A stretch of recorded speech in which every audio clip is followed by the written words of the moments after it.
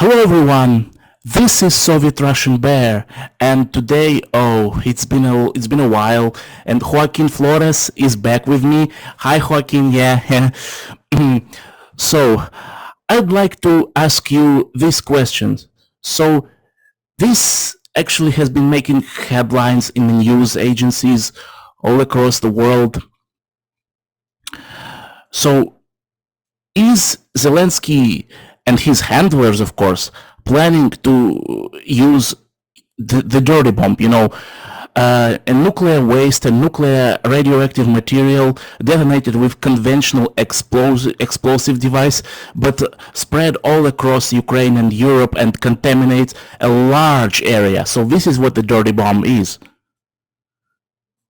I think that it would require, if such a thing were to occur, it would require the Germans at that point to make decisions on an irretractable foundation for the purpose of this historical period.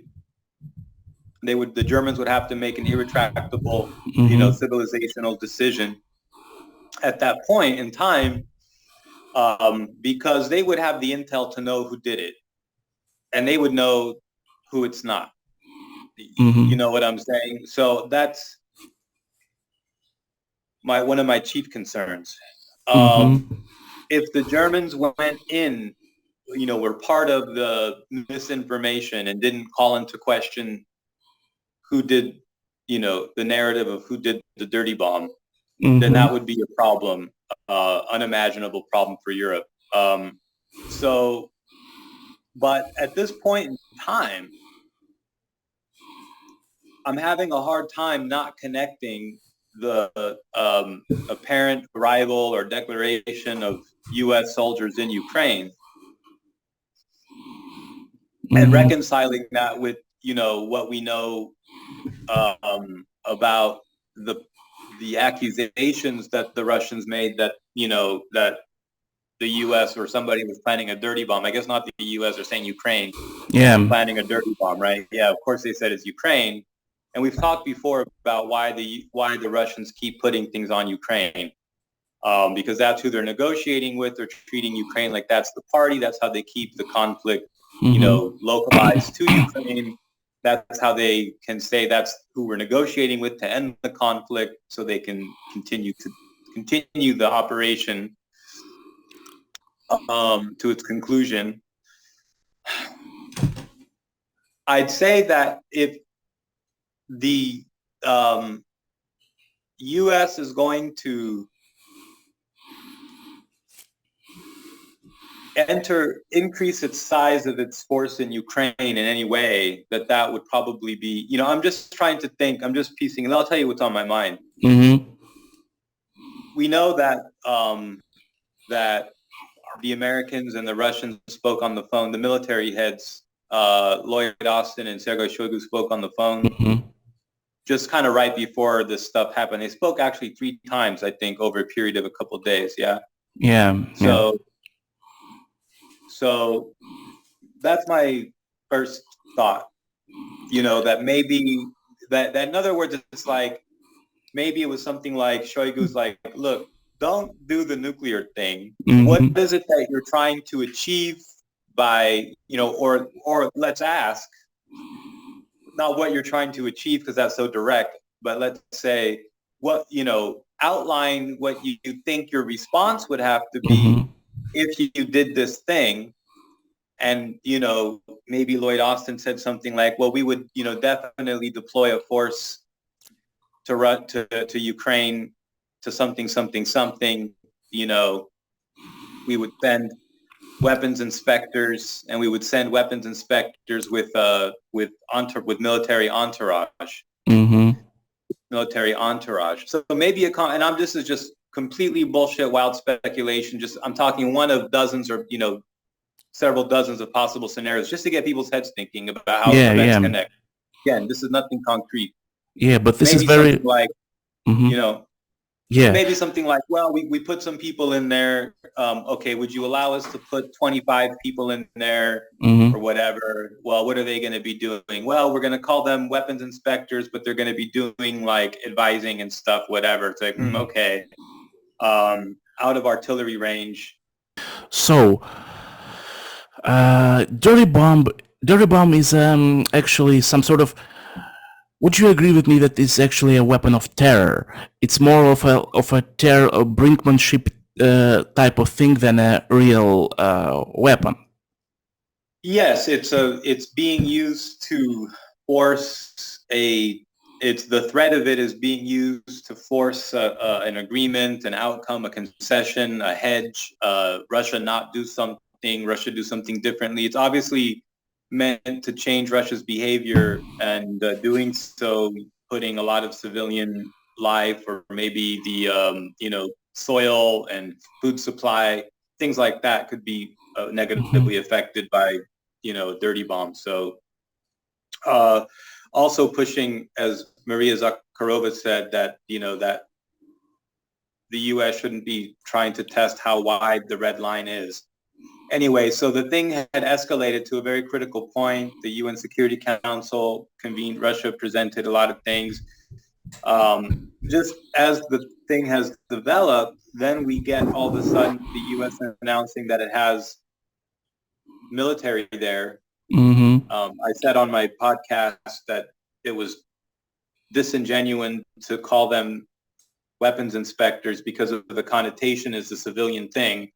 But obviously, these are military guys and not performing weapons inspection in the way that that word has a meaning to us in the colloquial meaning through the media and through the history of the Iraq war. Like what a weapons inspector is a very neutral kind of UN civilian clothes, maybe guys who are engineers or things like this, retired, whatever, but through the UN And and a RT. multinational group and multinational, And right? RT has reported that there are actually the U.S. boots on the ground, and all of them are just instructors or inspectors or people who train Ukrainian soldiers to operate the Western NATO weaponry.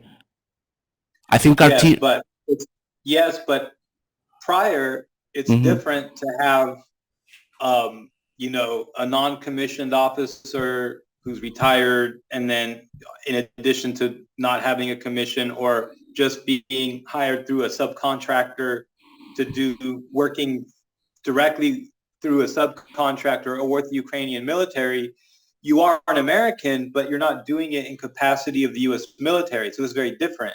See, this is unique to weapons instructors that are from NATO or from the U.S. who are retired, who have proficiencies in systems and work. Okay, this is under the command directly of the guy who talks in Joe Biden's earpiece. Mm-hmm. So that's what's going on. It's a very, very different thing than. So I don't know how RT reported, but if they're just reporting about today or yesterday, then that might be in reference to the same thing. But Mm-hmm. the role of like weapons inspectors and this stuff is like not supposed to blow up into other things. But what I talked about the other day was like mission creep and how they just do whatever they want anyway. But then I began to think about the different possibilities. One of them I shared with you, so Mm-hmm. there's different possibilities as I see it. And Mm-hmm. one of them is like such. But my phone was moving. But others were Mm-hmm. another possibility is that the U.S. was going to deploy a very large group of U.S. forces into Western Ukraine, Mm-hmm. and now because it was clear that the Russians would strike them conventionally, okay, or maybe if the U.S. force were going to try to secure the Mm-hmm. neutralized area, um, um, maybe around the old power plant. And I think there's probably 5 or 6 different scenarios, but one catastrophe could involve Chernobyl, Mm-hmm. and that's what was written about by Russian sources. But it would make more sense if the Russians were forced to fire something in the area, in the direction. It would just help the narrative a lot. You see what I'm saying? Yeah. Yeah, I see. So yeah, that's how I see this the nuclear dirty bomb type thing Mm-hmm. was maybe possibly to have a pretext for the Mm-hmm. U.S. troops, boots on the ground. But this is such a crazy outcome, and what we're seeing right now. I mean, Mm-hmm. it's so insane. I don't know if people can fully appreciate how crazy it actually is. I mean, if all these events were happening over the course of a month and not over the course of 260 days or whatever, then Mm-hmm. I think people would have a stronger appreciation for how much things have greatly escalated in the last Mm-hmm. couple of weeks. Yes, listen, and obviously you've heard about the drone attack on the Russian Navy. Like the attack was successfully repelled, and only one mine warfare warship was damaged. And despite what the Ukrainian media the Ukrainian media reported, the flagship of the Russian Black Sea Fleet, Admiral Makarov frigate, it's not sunk, it's okay. I don't think it was even like seriously damaged. But my thing is that the civilian grain corridor was used as a staging area for this attack. And you see, my friend, that's why Russia pulled out of the grain deal. But recently Russia has returned to the grain deal with the guarantees from the Kiev regime that Right. none of this is going to happen again. And my dude, we both know, any sane person who is not brainwashed by the Western propaganda knows that Ukraine is going to break its promises, and Zelensky is going to break his promises. It's like an alcoholic who promised to never drink again. Right. No, he can't do it. So yeah, it's So when they break Zelensky, the his promises, wife. yes. Well, his wife is now trying to create further problems with Elon Musk. Now they have his wife. They don't just want Elon Musk to have Starlink on. They want Starlink to be on and then get an apology or a retraction from Elon Musk about his proposal about how, the Crimean thing could go to Russia and the war could end and blah, blah, blah, do a vote under the UN or whatever. So, Oh, it's a nightmare. Joaquin, speaking of Elon Musk, why did he flip out like that? Why did he say that Crimea is Ukraine or Russia? I mean, and I know his plan is actually, it's nothing. It's why would Russia try to, it's like buying again what you have already bought. Like, why would Russia try to some sort of another oversight UN or another referendum under UN oversight over what it already has? Those regions are ours. That's it. Period. Right. No, it's a bad. The thing is that, but what I talked about when this happened is I said that this is such a obviously bad deal, like a bad proposal, that it would be designed if he was ever called to question for it by security or intel or whatever. The truth is that he could say, in all reality, that this is a proposal that weakens Russia's position. Why does it weaken the position? Because you never negotiate from the starting point of something that you already have is off the table. Yeah. Like you don't, right? Like, wait a minute, we have that now. Like that's Yeah. not off. That's ours now.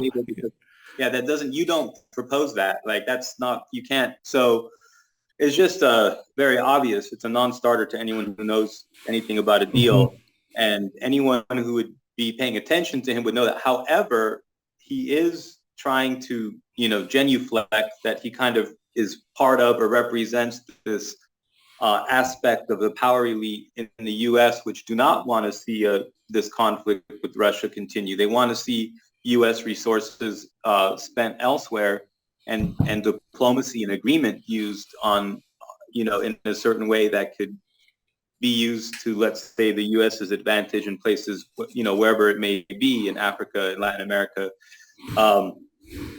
So the Musk thing, there's many dimensions to it, and we talked about it, of course, before. I mean, on my New Resistance channel. But the main thing is that he shouldn't be seen as doing anything other than trying to angle for his own company and stuff. And he plays these games, and he, whatever. I mean, look, I'm not inside the man's mind, and he may have other intentions, or he may be part of something else that I don't think that he is right now, or I've never heard of before. Whatever is going on in this inter-elite conflict. He's using the fact that there is an inter-elite conflict, and like many people involved in this inter-elite conflict, to basically hedge and leverage and play both sides against the middle, and squeeze out the deal, talk about something, lower its value, then buy the thing, like all the normal kind of almost like hedge fund behavior he does through social media. You know what I mean? So it's all kind of the same bullshit on that level. But the fact that the first lady of Ukraine is trying to kind of make this be about Zelensky owes us an apology, owes us an apology as Ukrainians, while he has kept on the Starlink system that he said he could take off.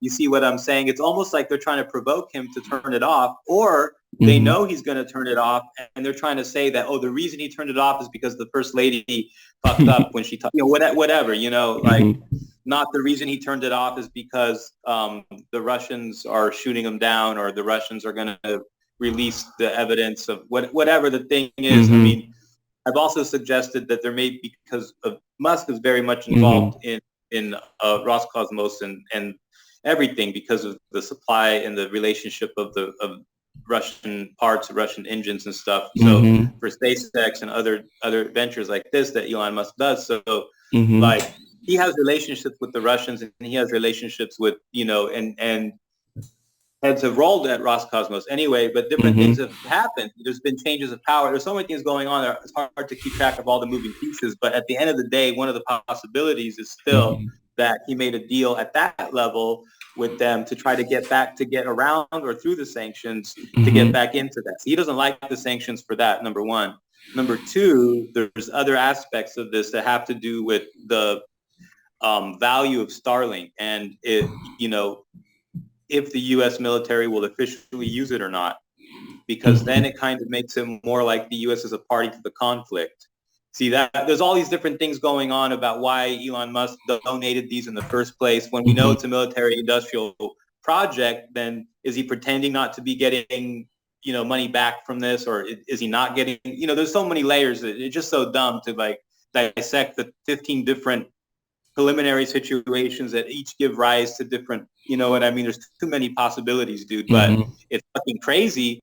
And certainly Zelensky's wife talking crazy shit like that, how can that not be meant, knowing Elon Musk's personality, to be like, well, I think now we are going to shut off this. She wants an apology on top of she wants a cherry on top of the, So and this is more of this big manding that the Zelenskys do. They're like these expert, and it's a lot of, there's few, I'm a little, I'm from Los Angeles. So, it's, the word is chutzpah, and it's really,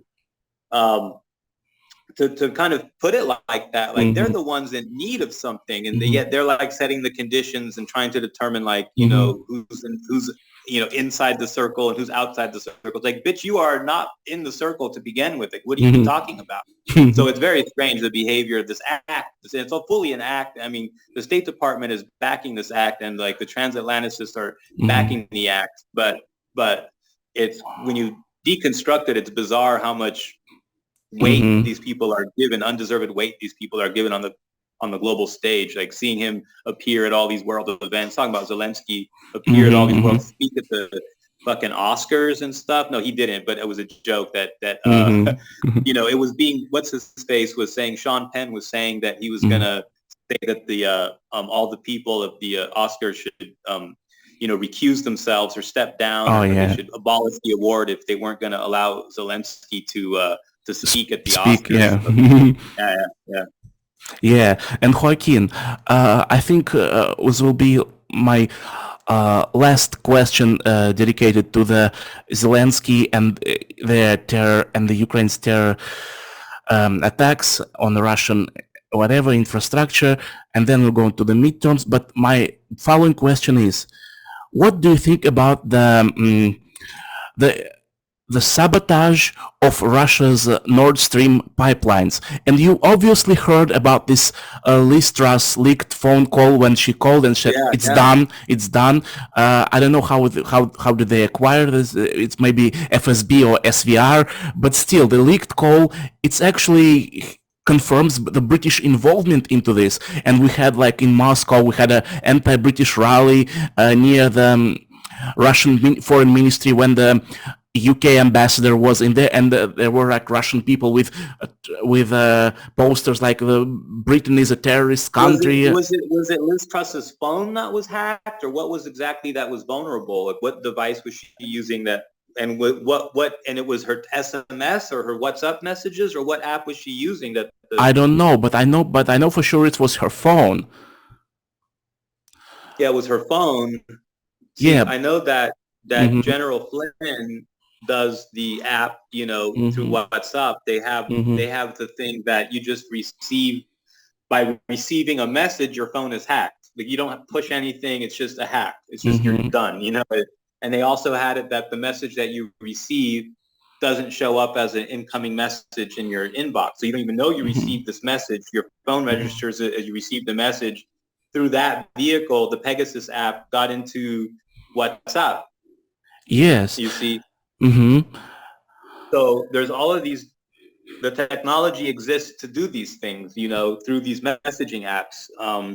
But I'm saying, even if they're not being done in concert with the makers of the app. Mm-hmm. Obviously, the makers of the app designed them to be security traps for everybody, and they can sell it or work with security agencies that they like. And that's normally what happens in these cases, is that you're using the app of the side that you work for, and so then you're told that yes, our people are reading it. Yes, the MI5 is reading it. Yes, the CIA or whatever reads it. Yes, it's Zuckerberg's app. WhatsApp is a Zuckerberg thing now. So it's like, don't worry, Zuckerberg guys have told us it's all good. So I just don't know, what program exactly. If it was her phone itself, I mean, if it was actually the SMS of her phone, then it raises the question of, was it like a keystroke? Was it a keystroke logger, or like how did they get actually SMS from phone? Is it some kind of issue with the chip or whatever hardware that is compromisable? What, I don't know what the design, but it was actually, was it DPR Joker who said he did the hack, or was that a different? It's actually said it's a DPR Joker. The DPR Joker. Maybe it's Killnet. I don't know. Following him. Yeah, we've been following him on Telegram for a long time. This is like a much more higher profile thing. But I mean, I suspect that DPR Joker or like Boban and Lexus are actually intelligence assets that are kind of deployed to be half integrated into like the kind of public public sphere as independent actors. But when you look at their actual access and the nature of the project, you actually see what actually happened. So I would suggest very similar with this. Well, I remember Vovan and Lexus back from 15 years ago, and you see, Vovan and Lexus, they are actually Russian pranksters who have been pranking some sort of freaks and stupid people from the beginning. But I don't know, maybe right now they are... Well, I'm not suggesting that they're graduates of the military academy. I'm suggesting that in the same way that Zelensky became an intelligence asset, the same way that he became like he was recruited from being already like a comedian, from already being known as, that guy. He wasn't before. I don't think anyone thinks that NATO intelligence built the career of Volodymyr Zelensky so that one day they would put him. I don't think anyone thinks that, right? So that's all I'm Yeah. saying about Boban and Lexus is, or Yeah. anyone else that kind of, you actually just have to judge the tree by the fruit that it bears. And Yeah, and Joaquin, I would like to address how people actually fall for the media. I mean, in the West at least, when the pipelines were sabotaged, all the media said, "Oh, Russia did it, Russia." But why in the hell? If Russia wants to punish Europe, they could just like shut the valve and the gas stops flowing. The gas stops flowing. Why in the hell would Russia explode its own pipelines in which Russia yeah, invested billions of dollars? there's no possibility that they did this. How This do makes people no fall for this? Damn. right. No. They're proving, they're kind of proving that it's just impossible. So it's just people who are either lying or people who are low information people, and low information people are believing people who are lying. Whatever it is, I don't know. When you're talking to people, have you gone back and talked to people like on what's that app? I don't know what it was. You were like on, I don't know what it was. You were going like on, it was like chat roulette, or no, it was a different one. You were like Omegle. talking to people. Yeah. Yeah. Omegle. Yeah. You were talking to people on Omegle, and you were like seeing what, Yes. you were seeing what that, yeah. So you have an idea how the public at random interacts with the question. Most people are not that informed, and they just kind of be like, "Oh, really? Oh, wow. So there's two sides to the story. Wow. Oh, okay. So the Yeah. Russians ain't so bad. Oh, okay. All right. Yeah. No, I knew he was Russian. Yeah, Okay. yeah. Yeah. No, it's Listen. very interesting. Yeah. Okay, Joaquin, and let's start like the other subject of our video is actually the United States and the midterm elections. And me personally, and I said it in my latest video, and I hope that if the Republicans win like both houses, of course I live in the real world, and I realize Right. that there is some sort of anti-Russia consensus in both parties of the U.S. that at least if they will, I don't believe they will ever stop the flow of money and weapons to the Zelensky regime. I live in the real world. I don't think it's possible. But Yeah. No. at least they could have reduced the help to the Kiev regime. What do you think about that? It could. I think that what I can't even discuss what I think the outcome of the election will be, because I haven't been following any of the inside baseball on who the candidates are, or because there's different types of Democrats and there's different types of Republicans. And right now, Republicans, to be like a kingmaker in Republicans is to be like Trump, but he's definitely against escalating things with Russia over Ukraine. But there's also an anti-war left, and that isn't anti-Russia, because there's an anti-war left that got twisted to be against Assad and against Russia and all this stuff from back in the 2015 time, remember? So, but there is a left in the U.S. that knows about Russia and is not against Russia, and it doesn't want a conflict with Russia. And they would tend to be, they're trying to push Democrats candidates from the grassroots level that are anti-war, but it's impossible because there's no institutional support. There's no oligarchs who support the anti-war Democrats. The only oligarchs in the U.S. that are anti-war seem to be around some Republicans. So it looks like, but I wouldn't look at the outcome of the election, because among those Republicans are going to be your your kind of Dick Cheney, Mm-hmm. Donald Rumsfeld kind of thinking Republicans.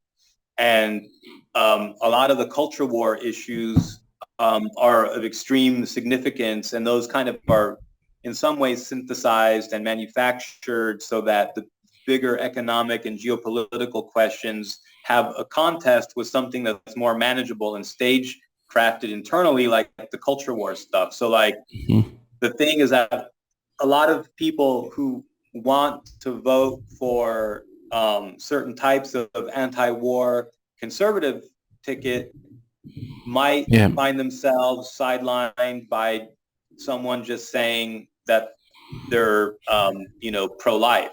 And same with Democrats. Democrat who's anti-war might be sidelined by a Democrat who says, no, the main issue right now is the overturning of Roe v. Wade, and we need everyone just to be pro-choice. And that's more important than the conflict with Russia. You see what I'm saying? So that the voting can go any number of ways, but there's a strong sense among not so much conservatives as MAGA voters. There's a strong sense among conservative voters by both polling groups. So talking about your regular Republicans and then your new or changed MAGA Republicans, they don't have a sense that the election integrity is at the level required to confidently say, oh, because of this obvious pre-polling data lead of these candidates, because of the games that can be played at the state level for these, the way, who counts the vote. It's an X factor. I mean, the truth is that nothing might change in either house. Yeah. And a lot of voters are going to say that's because of irregularities or even a stolen election. So that's right. Yeah. Okay. So, Joaquin, my Zoom version is not premium, it's not professional, so we have 2 minutes before this session ends. But you have answered like two of my topics, two of my questions very good. I love your answers, and I absolutely will post this video. Okay, great. Great. I'll see you. Yeah, I'll see you. Yeah, bye, Joaquin. Have a great day. Thanks for doing this with me. Thank you so much. Yeah, thank you. Don't mention it. Bye. Like the session is about to end, so yeah, it's less